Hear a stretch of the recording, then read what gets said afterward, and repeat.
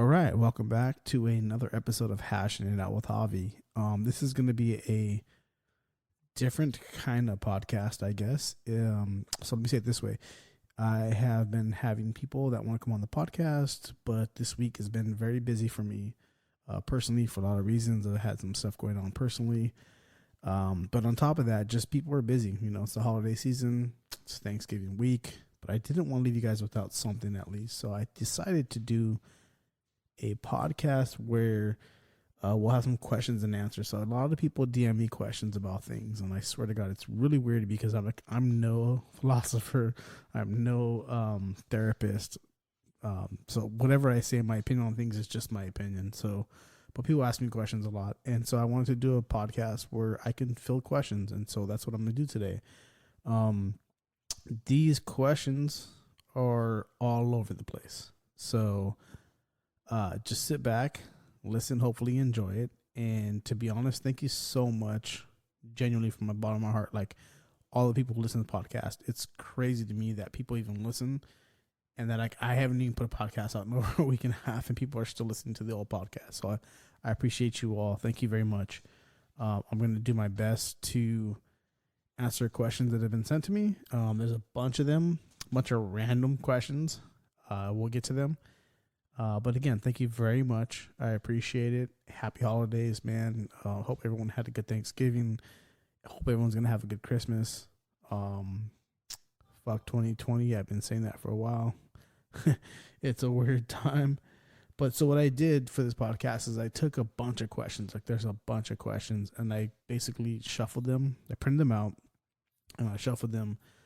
And I'm just going to answer them because there's a lot of crazy stuff people are asking me, and I'm just go through it, you know what I mean? So, starting. Oh, by the way, if you hear my dog in the background with squeaky toys, that's Muggs. For those of you guys who follow me on Instagram, Muggs, he's my dog. He's pretty much my furry son, and he's being a jerk right now in the background. So, it's a solo podcast, and bear with me, it's the first time I've done one of these, so let's see how it goes. All right, shuffling. Card one that pops up. And go over the question on IG. Go over the question that IG took down. So Instagram recently took down a post of mine. They didn't take down the post. So the question was, men and women cheat. Who is worse for cheating, men or women? And when it comes to gender stuff, it's a very divisive question. I get it. But I wanted to hear what each independent sex thought about that, because I figured, and I was right, that men would blame women and women would blame men. For the most part, the majority of people blamed the opposite sex. But I'll say this, I was very shocked, extremely shocked, to see how many women voted women were worse for cheating than men. And that was crazy to me. I was like, what, really? But I guess I kind of get it because, well, before I go into this topic, let me say this. I think whether you are a man or a woman, and if you're cheating, I think it's gross. No matter who you are, I think it's absolutely gross. I think you need to grow the fuck up, because whether you're male or you're female and you're cheating, you're going to hurt somebody if they find out. And that's the reality, and that sucks. And I know many of us out there have been cheated on. I've been cheated on. I've had my heart fucking crushed when it comes to being cheated on. I've been cheated on with people who call themselves my friends. So cheating sucks. I don't like it. I think it's disgraceful. I think it's disgusting. But with that said, let's break it down. So if I break down cheating, to me, by the way, this is just my opinion. You don't have to be in my DMs fucking arguing with me about it. I don't care. I'm just going to block you. This is my opinion. Men, when it comes to cheating, are pretty fucking dumb. We are pretty much, we're animals. We think with our dicks. And we, Muggs is going crazy with this chew toy out there. Muggs, stop it. Thank you. All right, he listened to me. Anyways, when it comes to cheating, men are dumb, right? So, like, we don't get pussy thrown at us in the same fashion that women get dick thrown at them. Like, women, from the minute you're born, not the minute you're born, from the minute you're like 13, 14, 15, 16, whatever, when you start to mature into a young woman, like dudes are just trying to fuck you. You're used to having dick thrown at you all day, every day. Men are not used to that. So when pussy comes crawling towards us, it's hard to turn it down. And that's the reality. And men are very physical. Like, and by the way, I am not endorsing men cheating by any means. But men are dumb. We're dumb. Like I said in previous podcasts, like we need something to aspire to, something to kind of hang in front of us, like the carrot, you know, dangling in front of us so we can chase after it. Like that's just men. When it comes to women cheating, here's the crazy thing. This has been my experience with women. Is a lot of women that I know personally who cheat. They cheat because they're unhappy, right? So they cheat because there's something not right in the relationship. They're not feeling sex in the relationship. They're just not happy for whatever reason. And maybe it's abusive, whatever it could be. But they're not happy. And then they go on and cheat, right? But like at the end of the day, like dudes are cheating for like opportunity. Women are much more calculated. And that's crazy to me. And I get it. And I kind of understand it. I'm trying to understand it. But what's crazy to me is a lot of women were like, well, women are calculated. Women are like, there was probably, without exaggeration, 200 DMs of women saying, well, women are worse because we know what we're doing and we know what we have and we know how we can leverage it. And I'm thinking to myself, like, I'm actually proud that women understand that and see that. But again, back to my original point when I started talking about this, like at the end of the fucking day, I don't care who's cheating. It's fucking gross. So if I had to say or put a ribbon on this in the sense of like my thought would be that men need to learn better restraint when it comes to sexualness, like people throwing pussy at you. Have better restraint, man. Fucking grow up, man up, and stop being the fucking guy that's just gonna fuck every chick that, you know, throws pussy at you. Be a better dude than that. Be a better man than that. Man up. And when it comes to women, seriously, women, genuinely, like, stop fucking going outside your relationship because you're unhappy. Like, if you're unhappy, leave that relationship before you cheat. Don't cheat. You don't have to cheat if you don't want to. Sure. Or you could totally cheat all the time. Women can cheat fucking 10 times a week if they wanted to. But if you're unhappy, woman up. The same way I just told man to fucking man up, woman up. Leave your shit. Stop being fucking comfortable. And stop cheating. And guys, you do the same thing. Just fucking have restraint. Pussy's thrown at you, run from it. You know what I mean? At the end of the day, I think both sexes are gross for cheating. So that's my answer to that. And that poll for those, I mean, I'm pretty sure everyone, well, not everyone, but most people who are listening today follow my Instagram and probably saw that poll. And that poll was basically who's worse for cheating, men or women. I think fucking we're both close for cheating for different reasons. So fucking man up, woman up, and stop hurting people. All right. The next one that came up is aliens real or not? Aliens, bro. It's a woman. I'm sorry. Aliens, sis. When it comes to aliens, do I believe in aliens? 100%. If you look at the vastness of our galaxy, let alone the universe, come on. There has to be other life forms out there. And we are learning very quickly that there is things out there that support life. I don't know if you guys follow NASA or anything else going on out there, but I follow that shit because I'm a big nerd. And there is a lot of things out there that support life that we're looking and going, oh, we're not as unique as we thought we were. But if you're going to tell me that there's like men in black here, you know, conducting serious, like, whatever, you know, like there's dudes out here in fucking black helicopters coming down because they have like some alien conspiracy. Probably not. Do aliens exist? Well, for sure. I'm 100% absolute certain that there's alien life form out there. Maybe not here on Earth yet. But we're all just cosmic dust, man. If you look at what we are, we're just all born from cosmic dust.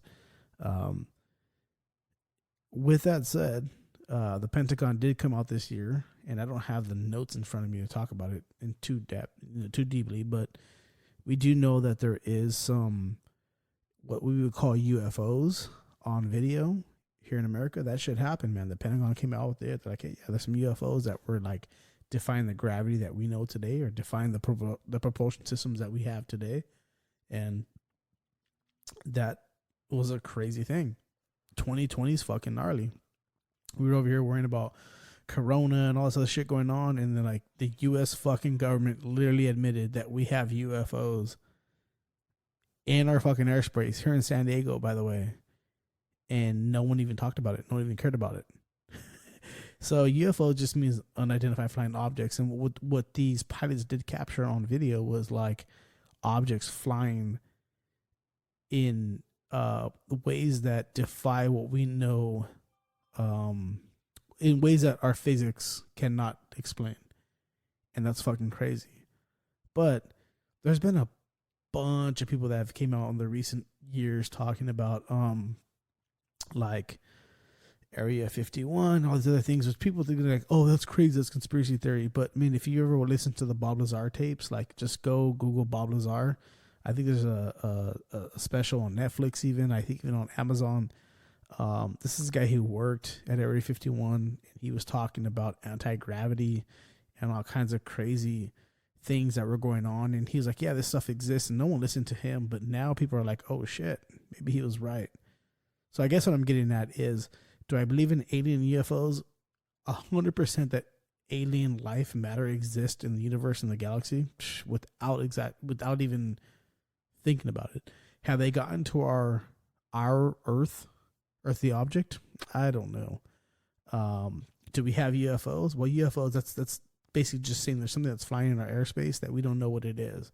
So whatever those pilots caught off the coast of San Diego and other places, which again, just Google it. Pentagon admits there's UFOs. Whatever those things were, it doesn't mean that there's alien life here. What that does mean is that there might, and this is the more scary thing when it comes to national security, is there might be other countries who have propulsionary systems that fucking are far superior to ours. And that in itself is scary. So if they could be here without us even being able to defend ourselves, and they're like cutting corners and doing 1,000 miles per hour in one direction and then back the other direction, like that's a scary thing when it comes to national security. So I think it's two different things. Alien life, sure. UFOs, absolutely. The Pentagon fucking released it this year. So that's just who knows where that's gonna go, man. Men in Black stuff, I highly fucking doubt it. All right, let's see here. Another one. Where are the men who want a woman until death do them part? Most of the time we want someone real. No one takes time to get to know them. Okay. That's a weird one. So where are the men who want women to death do them part? They're probably waiting for the women who want a man to death do them part. And I think both of us take our responsibility in that. So it's kind of a, I guess, subjective question. But at the end of the day, we're in a weird time. 2020 is weird. Dating life is weird. A lot of people are just kind of doing the hookup thing. That's cool. Whatever works for you. It's not my thing, but I think there's real men out there. I think there's real women out there, but I think we're just in a weird time where we have to kind of dial it back a little bit and kind of figure out what's real. I think people really, I think people will have an old school sense to them that they miss. And I think we're trying to act like we're all cool out here, and women are living their best life, and men aren't giving a fuck, and they're doing what they want to do, and they're not being real men in life. And I think there's all these crazy things going on, but I think at the end of the day, I think most people are really missing that old school value. I know I am. And I don't think I know. Everyone I've talked to is like, yeah, man, I miss that. So when it comes to that, I think there's an old saying. No, I'm not going to say it because then women are going to be all fucking turned off by it. But I think if more men stepped up to be men, I think more women would be like, okay, cool, I got this now, and I'm gonna give this guy what he needs, and that's really what it is. We're living in a weird time. There's a bunch of fucking what I would call like baby ass men out there. You gotta step up and be a man if you want a woman to be a woman. And that's my take on it. All right, on to the next one. This one's funny. So, why do you always clear your throat? That's funny. You guys picked up on that, but I can't change that. That's just because I have. Most people don't know me personally, but I have really horrible allergies. I've had them since I was a young man. Growing up as a kid, I grew up around poker tables with people smoking cartons and Marlboros and 2 liters of Coke. And as a baby, as a little boy growing up in that neighborhood, like I just think I really fucked up my lungs. My lungs are pretty bad. They've always been bad. Like, for instance, to this day, I cannot take a drag off a cigarette without literally coughing crazy. Like, it's horrible. But my allergies, and they run in my family. I don't think my allergies are mostly because of how I grew up, but I think it's part of a hereditary thing. It's a genetic thing. My grandfather had them. My uncle has them. My brother has them. I have them. I have horrible allergies. So there's not a day I wake up in my life where I don't have to go in the shower and like clear out my sinuses and cough up some loogies. Like, that's just part of my life. Like, it's part of who I am. So if you hear me clearing my throat, I'm sorry. If it's annoying on the mic, I'm genuinely sorry. It's just something I have to do. There's always mucus in my throat and in my mouth. So it's just a part of who I am. And I don't think I could ever fix that. I did try taking medicine when I was younger. And in my 20s, I took medicine for a few years. And then in my 20s, I ended up in the hospital because the medicine was making my heart have like crazy fucking violent palpitations, like violent palpitations. I'm talking to the point where I thought I was having a heart attack. And when I went to the hospital, they're like, holy shit, your heart's off the charts. And it was pretty scary. I mean, it was enough nerve wracking for me where I could feel it, where I threw up and like my nerves kind of took over. I threw up and that kind of thing. So I just don't mess with medication anymore. None of them work for me. I just deal with the allergies. So my apologies if you guys hear me. If you guys hear me kind of clearing my throat on the mic and kind of grunting and coughing, or the kind of raspiness in my voice, that's where it's from. Just please deal with it. My bad. All right, on to the next one. Let's see here. All right. Hey, so I want your honest opinion about girls who start an OnlyFans page. I started it due to school. It was expensive. I needed some extra income. Do men think less of a woman like me? That's a tough question, because I don't think. Well, me personally, let me say it this way: I'd be talking shit all day online about OnlyFans because to me it's funny. But I don't. I have no problem with you trying to get your money. So at the end of the day, like, do what you gotta do to get that money. Get your money. I don't care how you do it. I'm gonna sip my tea in the corner and just watch and let you do your thing. You know what I mean? However, but it's a big but. It's a B-U-T but. OnlyFans is silly because a lot of women thought like, oh, I'm going to start my OnlyFans and make a bunch of money, like these girls who posted on social media, like these social media elite chicks who posted, oh, I made $20,000 in a day. Yeah, but that's not for the average chick sitting in fucking downtown bumfuck Egypt who's a gordita on her fucking couch. Like, you're just not going to make that much money. I'm sorry. So my advice to that is, sis, if you've only made $100 in the last 3 months on your OnlyFans, put your clothes on. You know what I mean? There's a lot of other ways to make money. Now, do I judge you for doing what you did? Absolutely not. Am I going to talk shit about it? Yes, because it's funny to me. Like, it's kind of like the waist trainer thing. It's kind of like the fucking fit tee thing. It's kind of like the fucking bands thing that's going on right now. I got bands around my legs. Like, it's fucking crazy, man. At the end of the day, stop feeding into social media. Social media is making people look really weird right now. Extremely weird. And that's one of them. So, and I'm speaking of this. Let me say this. I know a couple social media, a couple OnlyFans account holding women who who I really, really respect, and I care about them, and they're cool people, and I'm happy that they're doing what they're doing to get money. But they've also were like, they stopped it. I'm like, why'd you stop it? Like, I didn't ask them, but I know because they're not making enough money on it. Like, it's just not.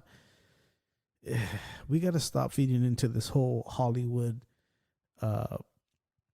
sort of social media driven hysteria, where like all of a sudden we do these crazy things just because it seems cool or just because someone else said it was cool.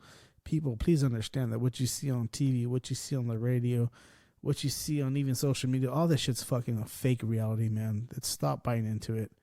It's love ourselves more than that. Like, if I had a little sister, let me say it this way. I do have a little sister, but she's got a master's degree. She's doing great in her life. You know, owns a house. She does fucking amazing. But if she came to me one day and said, brother, what would you think if I went to an OnlyFans account? I would tell her, you're out of your fucking mind. You have a lot more to offer this world than your ass, your pussy, and your tits. And that's the crazy thing to me. The most crazy thing to me is today women want to talk about how Trump is a piece of shit because he said grab him by the pussy. But then women, all they want to do is put their pussy out there to flaunt it. I don't understand that. I can't grasp that. I will never grasp that. And I think women are much more than just their bodies and their vaginas and their tits. Do I love all of that? Of course. I'm a fucking man like anybody else who cares about who's a man. Like, we love that. But you're much more than that. So if you have to do that to make money, I respect that. I'll never put you down. I just think there's a lot of other ways out there to make money. If you need to make money, you know what I mean? There's a lot of other ways out there to make money. But it is 2020, and it's just tough. And again, I'm not gonna fully judge you for that. So get your money, all right? Okay, let's see what's else. Is it okay for older women to date? Well, that's kind of a common question. Is it okay for older women to date a 23-year-old man? I can't really answer that because I'm not 23. I'm an old ass fool. And so I don't know how to answer that. That's a crazy one I don't know how to answer. So I guess, why not? Get yours. Here's a funny one. Best place to pick up a torta after a night of drinking? Fool. If you're in the LA area, you better hit up King Taco. King Taco's where all the tortas are at. You know, they're grabbing on their tortas, their tacos, and they're ready to get it. You know what I mean? So if you are in the LA area and you're hammered, there's a couple different, 2 or 3 different, I think, maybe even more locations of King Tacos. But, I mean, man, I used to go to one in East LA. Get your King Taco on, man. That's where they're all at. That's what you want to do. Let's see this one. What'd you do if you find an old lady at a bar alone? Come on, that's crazy, man. All right, so we have some other ones here. Let's go through. Let's see here.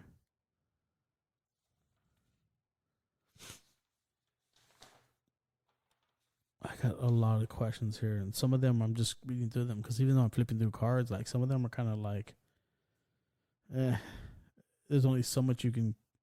They're kind of common questions that I get all the time. So, here's one. Why is it so difficult for some women to admit when they're wrong? I admit to it and learn from it.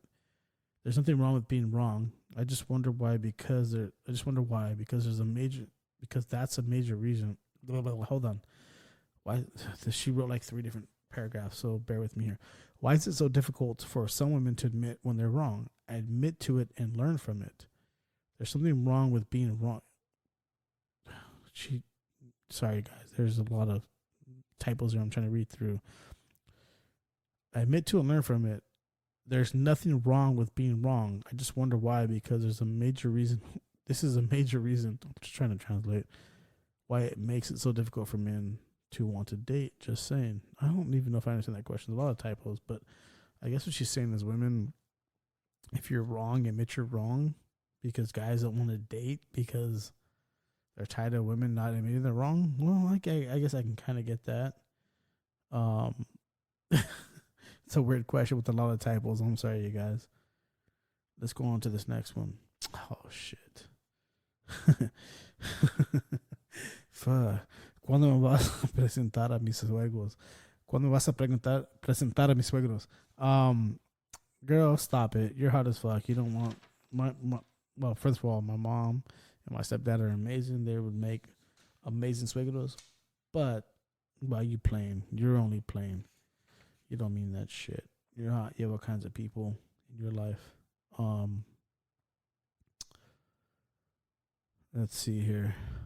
Oh, that's a good one. What do you think? What do you think about 50-50 when it comes to paying bills? 50-50 when it comes to paying bills. I don't know. I mean, I don't care if I've never had a woman in my life who wanted to pay 50-50 bills. But I also think that's because I'm the kind of person that projects like I want to be a man, and I kind of wanted to take care of everything that a man should take care of. And to me, that's part of the responsibilities, paying the bills. But that doesn't mean that like if I was with a woman who made a lot of money and she wanted to cover some stuff, I would be so into it. And that's 2020, man. Today, women are making their own fucking income. They're making their own money. They're quote unquote independent. For these that listen to this podcast, I hate that fucking word, but if a woman wants to pay 50-50, I'm all for it, man. I'm for equality. If that's what that means, throw the money in the hat. Let's do it. I don't care. I have no problem with it. It doesn't make me feel like less than a man. However, I do like to, me personally, I do like to cover bills and stuff like that. That's just me, though. That's just kind of the way I was raised. And it's not even about me being a man. It's just kind of like my family's kind of raised me that way. Like, I'm the kind of person that if we go to dinner or whatever, like, I'm going to silently cover the check before people even know. Like, that's just me. Like, I like to feel like I can provide and give to people. And that's just kind of the person that I am. But if a woman wanted to throw money in that pot, dude, I'm all for it. I'm 100% for it. I would always be open to that. And that's, I mean, it's 2020, right? I mean, why shouldn't we come together and be like, hey, let's make this thing work? Because I think that's a really important thing. It kind of waterfalls into a different topic that's important to me, is that like we have so many single moms today like struggling, right? On a single income. Like, that's crazy, right? Because they can do it. And like, yeah, I can do it. That's cool. You can do it. Of course you can do it.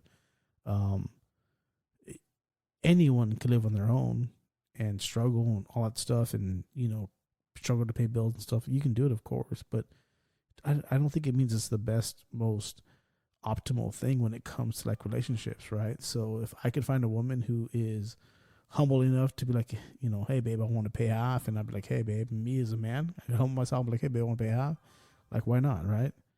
So yeah, I'm all fucking for it. If that's what they want to do and they want to pay, let's do it. Teamwork makes the dream work, right? I always say that. So here's another one. Why do men always come back? You had it good and you left and now you're back. Why do men always come back? That's a good question.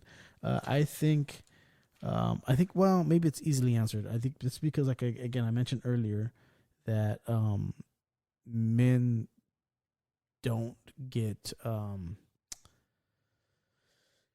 same amount of attention when it comes to female attention that women get from male attention. Like, when women at the age of like 17, 18, they're just getting dick thrown at them all day, every day for the rest of their life. Like, every day in their life feels like, hey, let me help you change your tire. That fool just offering dick. If he's like, hey, let me help you do this, that fool just offering dick. Like, us guys, we don't get that. So, like, why do we come back? Because as soon as a woman gives us that attention, it's like something that we hold on to. We're like, oh shit, like, this girl actually liked me.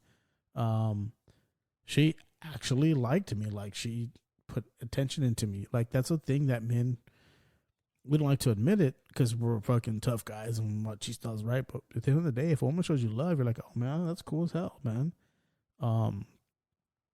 Yeah. So I think that's why we come back. And it's also a comfort thing, man. Like, we don't get to have the same amount of attention that you guys get. So when we get attention, it's a comfort thing. It's like, put me in your bosom and fucking tell me sweet nothings, and I'm going to feel really good and comfortable. You know what I mean? So I think that's why. I could be wrong, but also maybe you have some bomb ass fucking concha. You know what I mean? Maybe you have that bomb ass with JJ.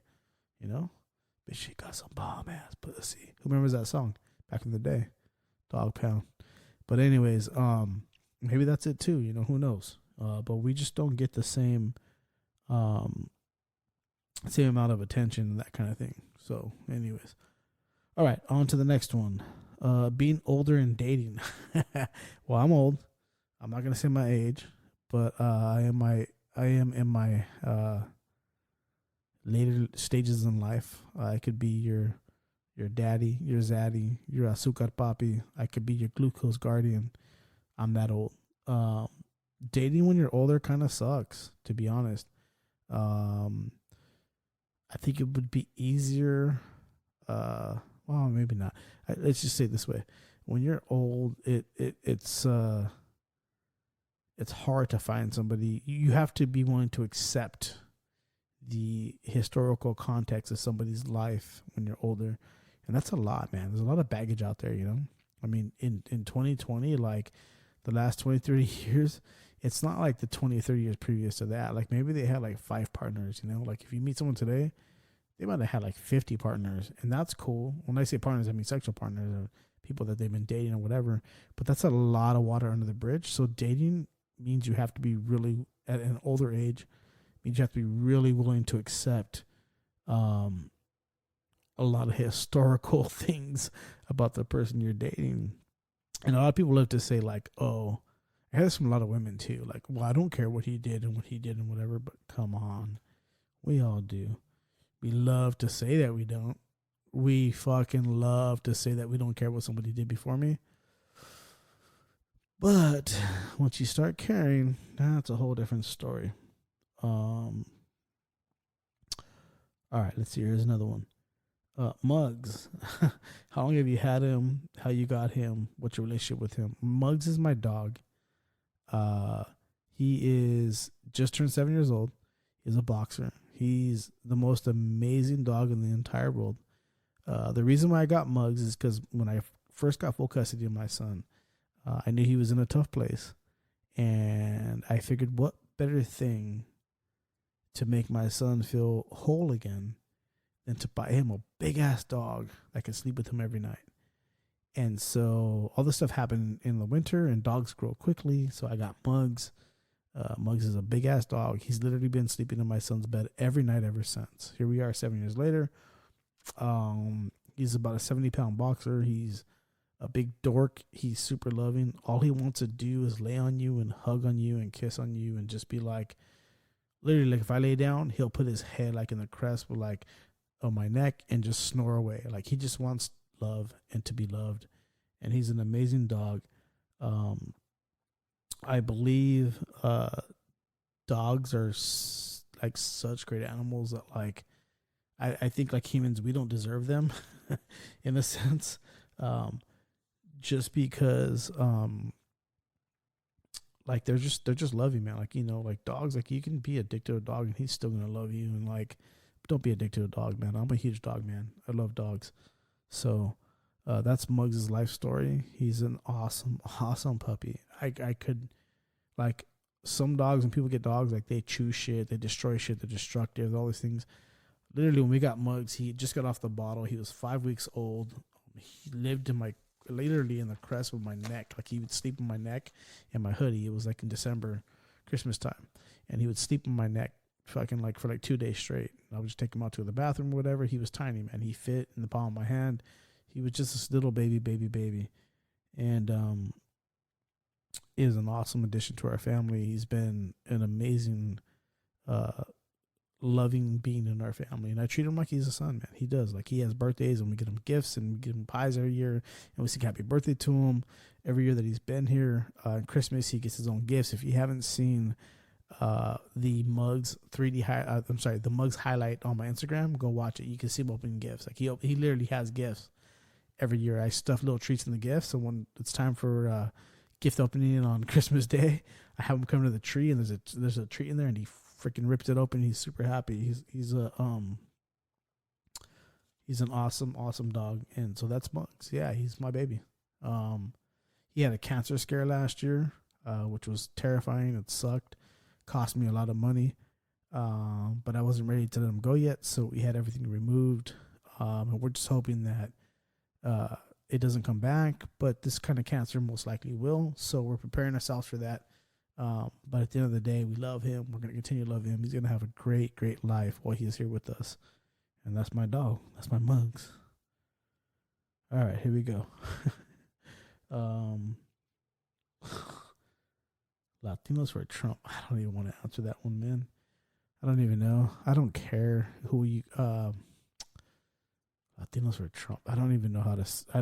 Where do I go with this? At the end of the day, I don't care who you are, white, black, blue, and you want to go for any political candidate. I don't care. I'm kind of over that conversation, to be honest. Biden won. Let them have it. I have my own thoughts on that too, which I get to at some point in my podcast. We'll get to that.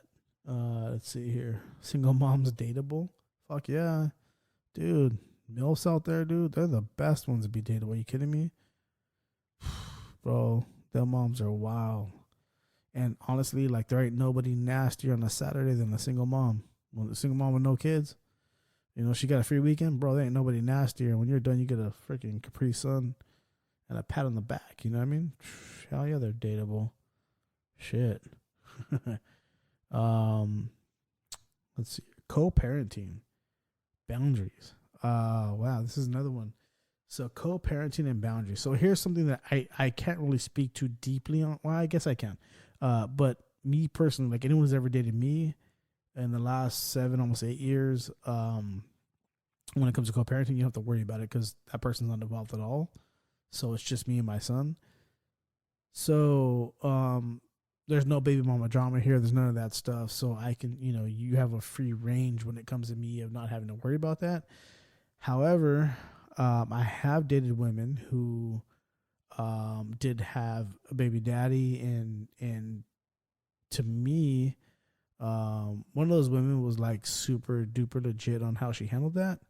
Another woman who I dated, who I was like in a super serious relationship with, who I really cared about, I didn't really like the way she handled it because, let me say it this way, like, she was a responsible woman. She had her own career. She made great money. She was hardworking. I mean, she literally did everything for her child, which was amazing to me. It was kind of what attracted me to her.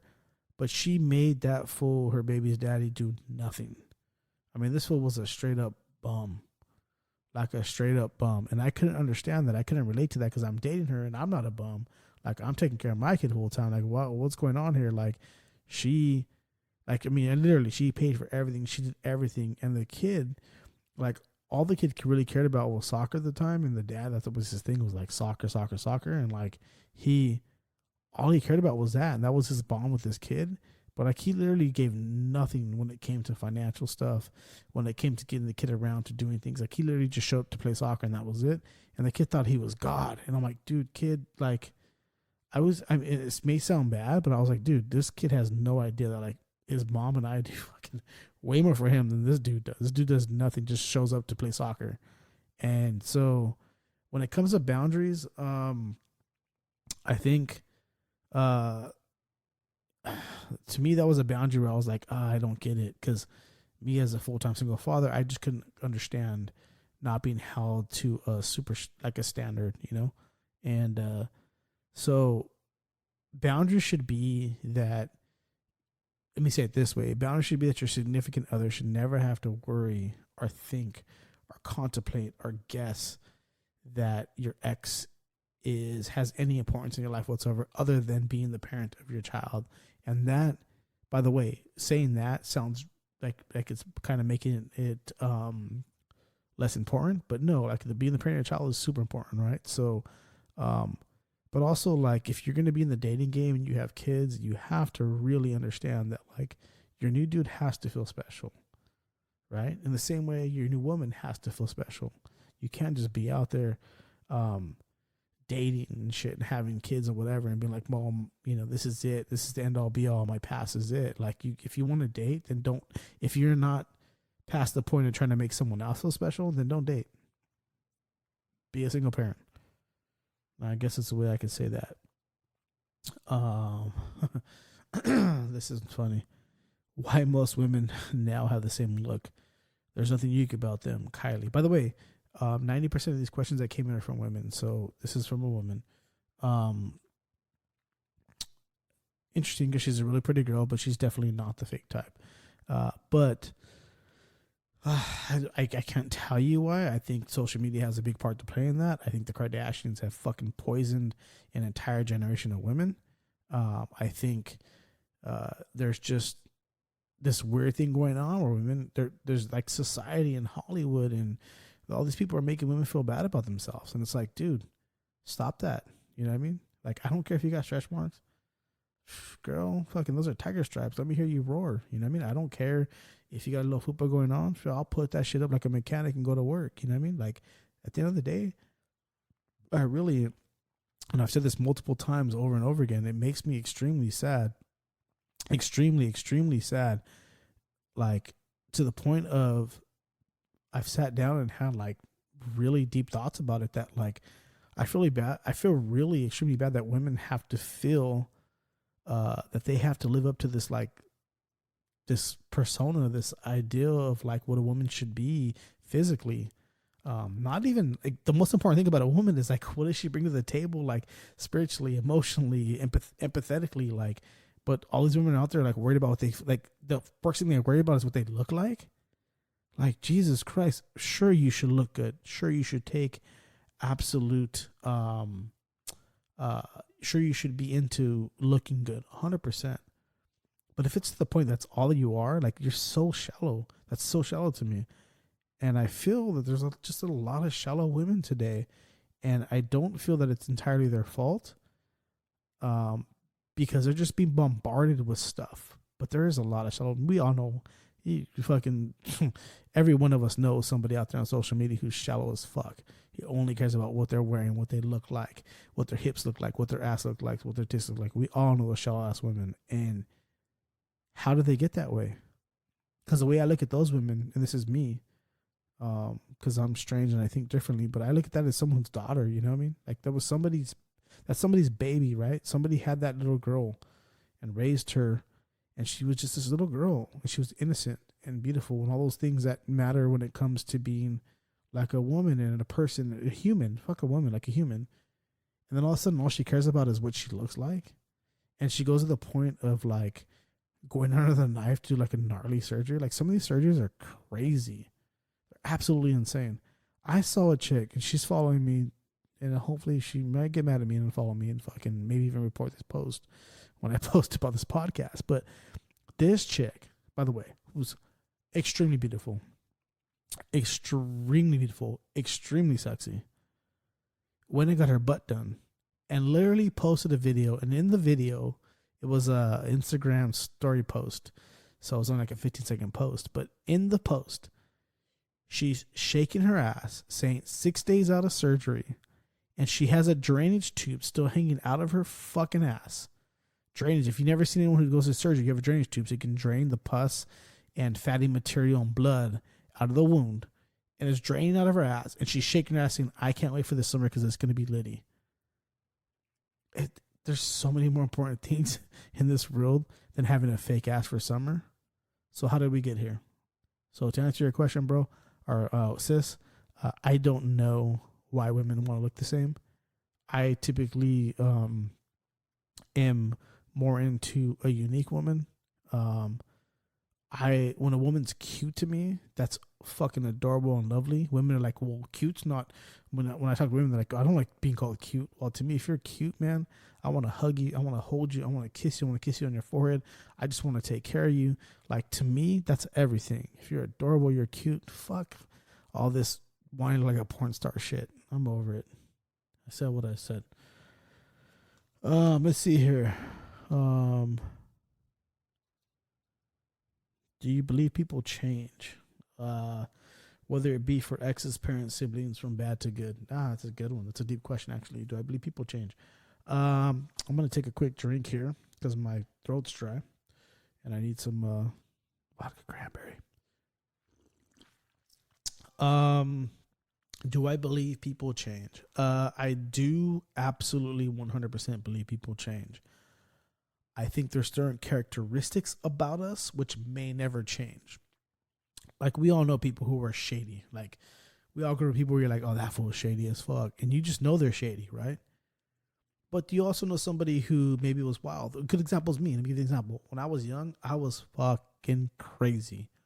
Absolutely insane. I was wild. I'm going to get to those, you guys. Just be patient with me. I was an absolute animal when I was young. And me 20 years ago to me today is an entirely different human. Why did I change? Well, I became a father.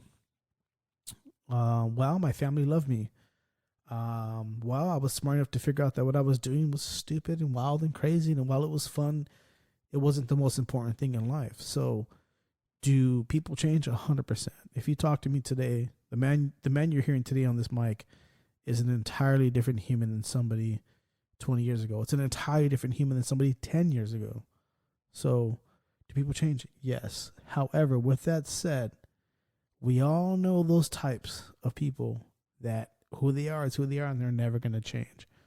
And that's just kind of one of those kind of naturistic, animalistic things that we as humans can kind of sense in people. Some people change. A lot of people don't, to answer your question. Next one. Oh, this one's crazy. That's a tough one. I want to hear more about your young, crazy lifestyle. Wow. Where do I start with this? So, lifestyle and stories. Sorry. I am the man of 1,000 stories, literally. I have so many wild stories. Well, it says lifestyle stories, and she put crazy in quotes. Crazy, our craziest. Craziest story. I don't know if I can tell you the craziest story because I've lived an absolutely extremely wild lifestyle that I genuinely don't believe that I should still be here alive. But I do appreciate my life every day because of that. So the craziest story or more stories about my lifestyle, there's 1,000 of them. If I could think of one off the top of my head, that's crazy. And I want to say this without putting people on blast because there's a lot of people's lives out there that, you know, I don't talk to them anymore, so I don't want them to. I'm going to say stuff using kind of fake names, I guess. But here's a crazy story. So when I was in my late teens, I used to go down to TJ and Rosarito quite a bit, to party or whatever, because you couldn't drink in the States, so you'd go in there and party. And we used to party a lot in TJ, Rosarito, like that was our thing. Me and my homeboys, like we were wild. I'm talking wild. And one night, God, this is a crazy story, man. So everyone who's listening, please understand this was over 20 years ago. So don't judge me by this today. I'm a different man. But we're out down in TJ one night, and it was early. We happened to get there early. We used to stay at Hotel Leon. It's a ghetto-ass hotel. For some reason, me and my friends loved being freaking ghetto. Loved being ghetto. And so we're hanging out at Hotel Leon, and we go down to this club, and there's this club. It was like 3 stories. It was 3 stories tall, whatever. And we go to the 3rd story, whatever. It's me and my homeboys, and we're hanging out there. And there's a basketball court upstairs. And so one of my homies, like, he goes up there. He says, I'm going to play some ball. So he takes his shirt off. And back then, we were all super ripped, yoked. I mean, none of us were benching less than 350 pounds. We were just big-ass Power Rangers, you know? And so my friend's out there playing basketball, whatever. We're all sitting at the table, and there's a bunch of cholos up there playing basketball with him. And they kept throwing, like, stiff arms at him or whatever. And they finally got him good, and he fell down. And we all stood up and said, like, what the fuck? That was shady, you know? And so the table of cholos stood up, and they wanted to get real tough. So, all right, cool, bro. Like, maybe we're over here in slacks and shiny shoes and shit and button-ups and TJ, but we ain't no punks, you know what I mean? Like, we hung out with cholos our entire lives pretty much, and that was us. We just dressed good. So these fools thought we were lame, so they stand up, whatever. A fight breaks off. We mop these guys up quickly. I mean, they're all over the floor, knocked out. And then I realized one of my homies says, Javi, get out of here. Your homie, I'm gonna say his name because he's cool. He's my best friend growing up, Jacob. He's like, hey, Jacob, knock these fools out, run downstairs. You know, he jammed. And I said, all right, I'm out of here. Get out. He's basically telling me to get out of the place because we basically put all these guys to sleep. And so I run down the stairs, and it was like not a spiral bookcase, but like a kind of a square spiral downstairs. And as I'm running downstairs, I'm following my friend, my other friend Sal, who was the guy on the basketball court. I got knocked down, and I look over and I see like one dude knocked out, other dude knocked out, another guy laid out. Like I see like 4 or 5 dudes laid out. I'm like, holy shit! And I realize they're all the security, and I'm thinking, I know my homeboy Jacob, like that fool's knocking fools out because I had been in many fights with him before, like brawls. You know, we knock fools out, and so I see all these fools laid out everywhere. And so we run downstairs. I finally get downstairs and we get out the front door, and there's just federales, like, you know, the Mexican cops everywhere. And they grab my friend, they grab me, and they put my friend on his back, and they put him on the ground, right? Like they basically slam him on the ground, holding their hands on his chest. And another cop comes up and just with his boot, boom, right on his face, breaks his nose open, nasty, blood everywhere. I look over to the side, and I see my friend Jacob, and they're hitting him with the mag light. His head is split open, nasty, blood everywhere. So I scream. I jump on him to cover him, and now they're hitting me on the back of my head and my back. Because they were by the way, Jacob was the guy who was knocking everyone out. And so they grab me, they pick me up. I look at Jacob on the ground. I'm like, holy shit, it's my best friend. I don't know what's going on. Like, he's just bleeding everywhere, right? But he's knocked out. Sal's got a broken nose because they just stomped on his face. They arrest me and Sal. Jacob, I don't know what happens to Jacob. I thought he might have been dead because they beat him that bad. I'm like, holy shit. And our other friend, I won't say his name because I don't talk to him anymore, but he was there. He was a G. You know, he's a G, but don't talk to him anymore, so whatever.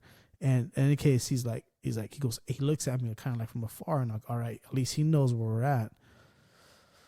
Oh, man, this is a long story, so buckle up. So the federales put us in the back of a truck, and if you guys have ever been to TJ, the back of the trucks, they put like a pole in the back of the bed that goes from like the beginning of the bed to the back of the bed. So they handcuff people, like one person on the left, one person on the right, and you're handcuffed under that pole. And they grabbed the 2 dudes who started the fight upstairs that me and my friend knocked out initially. And so they put us in the back. We're the first ones in the truck, and they put those fools in front of us. So now we're handcuffed, me and my homeboy under that thing, and these other 2 fools in front of us.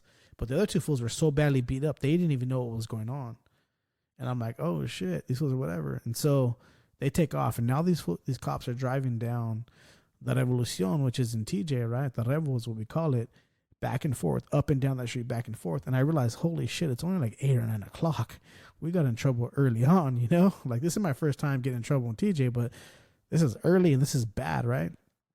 So we tell the cops in Spanish, hey, like, well, what can we do? Like, you know, to get out of here? Can we just break you off some money, whatever? And they're like, nah, fool, you hit a cop. You knocked out a cop. So apparently my friend Jacob had knocked out like 2 cops that were undercover in that club. And so like, nah, you're going to jail. You're here with us all night. Get comfortable, you know? And I was like, damn, that's crazy. Like, I've had to go before and just pay money and I get out of here. I'm not going to get out of here? Like, nah, you're screwed. So this is like an hour into us in the back of the truck.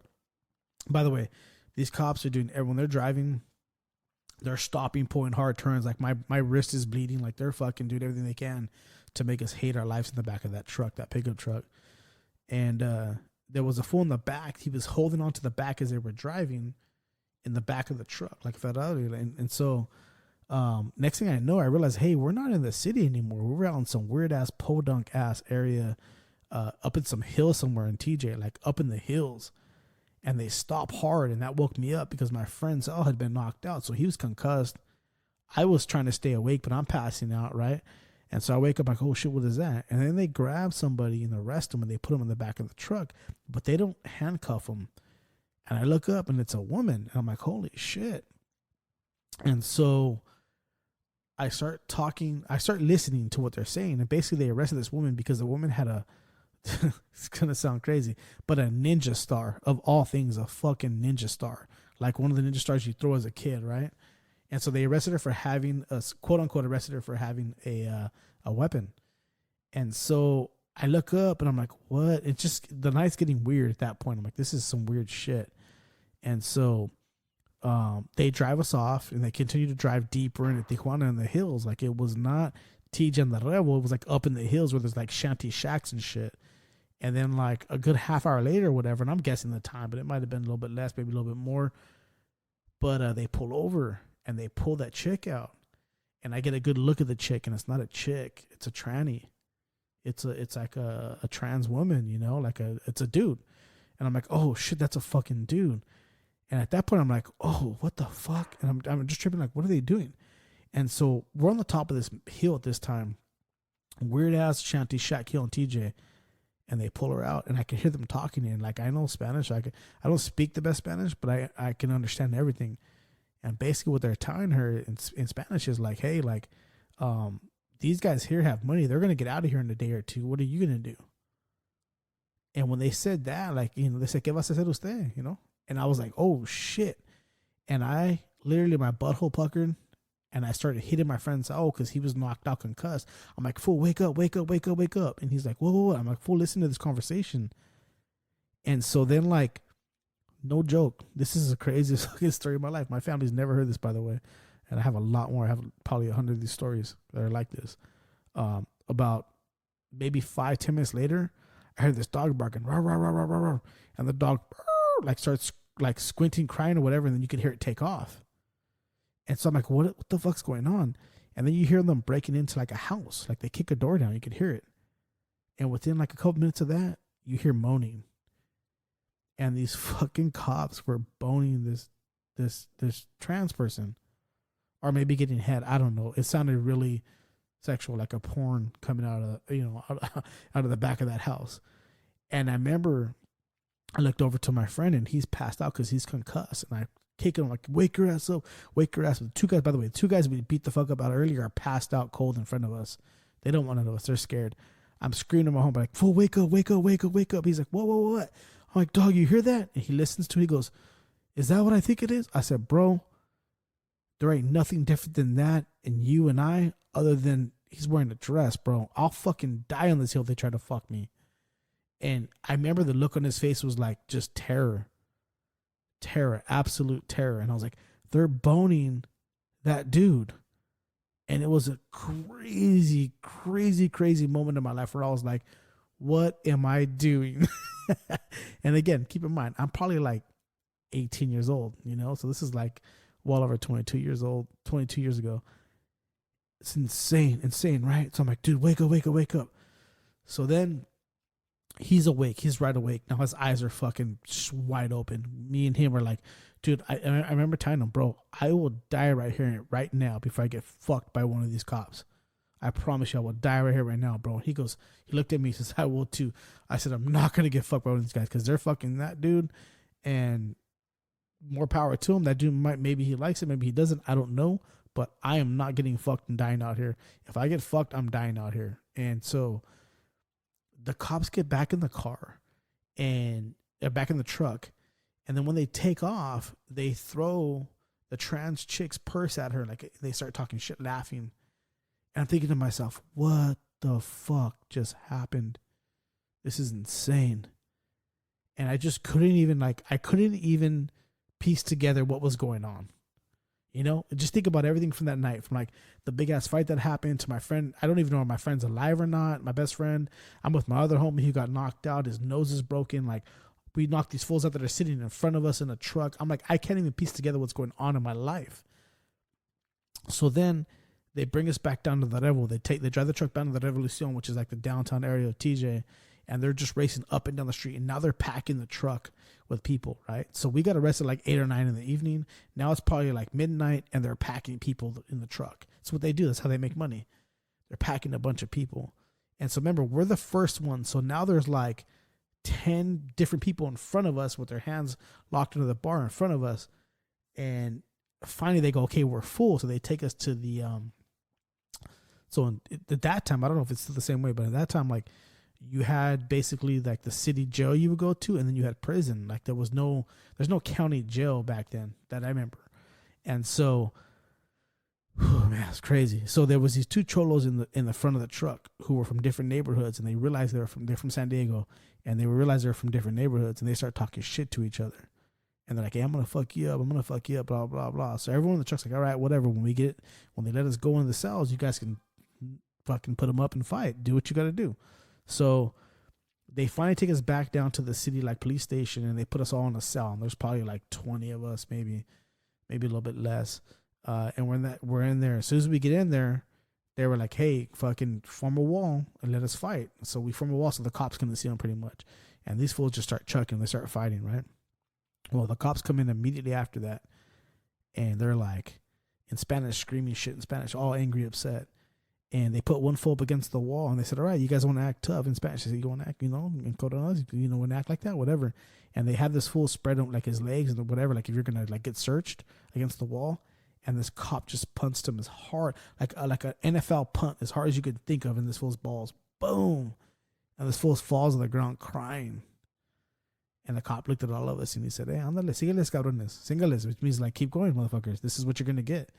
And the fool's on, like, this cholo, like a crazy cholo, all tatted up, tough guy, whatever, just got in a fight, on the ground, rolling around, crying. And I remember I looked at my homeboy again and I said,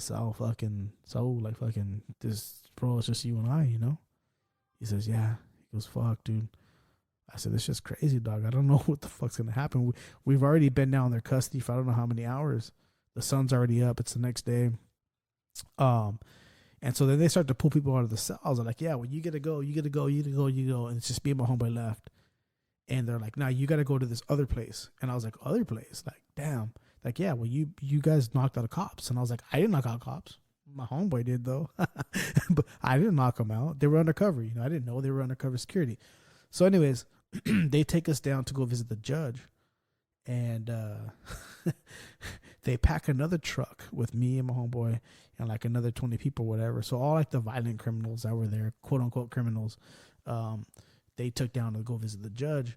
And there was these two chubby girls they put in the truck. It's all men and two chubby girls, and the girls were just screaming, crying, like, just crying.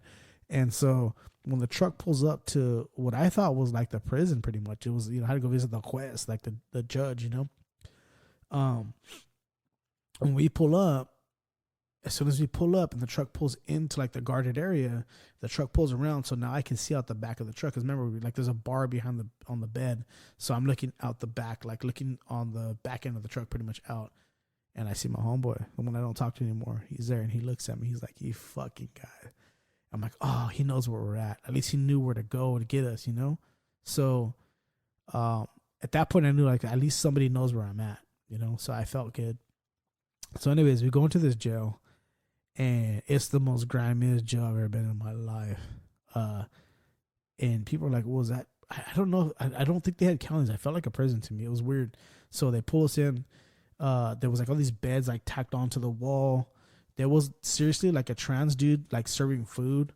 It was weird. It was some weird shit out of a movie. And we were there for a few hours. And remember, mind you, we're hungover.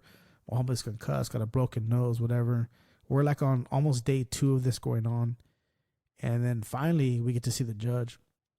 And the judge says, here's the deal. Like, you guys made a big mistake in Spanish, you know? You guys made a big mistake. You got to pay X amount of dollars. And basically said like somebody's here for you. They came looking for you and they have money. So we're going to let you pay that money. But if you ever come back to TJ or Baja California, that's what they told us, and you ever make a mistake here again, we're not releasing you. You're going to stay where you're at right now. And I was like, holy shit. So anyways, long story short, that was a wild night. Getting arrested in TJ early on, beating the shit out of a bunch of dudes, cops getting knocked out, trannies getting boned by freaking federales. Like, it was fucking crazy, man. It was crazy. It was a crazy night. That's just one. It's not even near the gnarliest story I have. I have so many crazy stories, but that one was crazy, man. I mean, I can never, to this day, I've played that story back in my mind, listening to that trans dude getting boned by federales. That was crazy. That's crazy. I lived a lot of life, and that was at the age of, I might have been 17, 17, 18, around there. Like, it was early on in my life, man. Crazy. But I have a lot more stories, so stay tuned. Again, this is I'm gonna end this one here, but this is just a kind of a bonus podcast, just to kind of give people some more ability to kind of query who I am as a human and stuff like that. A lot of you people ask me questions, and I do my absolute best to get back to everybody. I think that's kind of one thing that people really appreciate about my Instagram, is that I do respond to everybody. I try to. It's getting hard. I'm going to be honest. It's getting hard because there's so many people that are asking questions and stuff. And I don't even have that big of a following. So I don't know how people who have millions of people will do it, but I'm going to keep doing my best to respond to everything and everybody. I appreciate you all. Thank you all so very much for listening. Please, if you have any questions, send them in. This next week, I'm going to have a pretty cool podcast guest on, somebody I grew up with. He's an awesome dude. He went from being like a cholo in my neighborhood, him and his brother, kind of like people that were really well known, to not being super sober and living that life and giving back to community and society. So I look forward to having him on. That'll be next week. And then I have, after that one, I have someone coming on, not just somebody, but somebody who I really respect, love, and care about. Hiccups. He's going to come on and talk about real estate and kind of financial education amongst Latinos. Like, I feel our people, when I say our people, I feel like Latinos, we lack a lot when it comes to being responsible stewards of how we raise our children, because I think like there's just so much more to be given to our younger youth about what it means to be financially stable, financially educated, to give back to the generations that are coming, not just now. I mean, we're so worried about our rims now and our fucking cars now and whatever else. And that's cool if you have money and you can do that. But I also want our generations coming up to understand that it matters to be able to give back to the next generation. It's the only way we're going to be successful. So I have someone coming out to talk about that too, and I'm looking forward to that. So I appreciate you all. Thank you all for hanging in for this full hour. This is my first time doing a solo podcast, which is crazy. I don't plan on doing many more of these, but I wanted to give you guys some content to be able to listen to over this next week while we get the next one up and running. Thank you all so much again, so very much for listening in, all the downloads. I appreciate you guys. I genuinely do, man. And I hope all's well. Take care.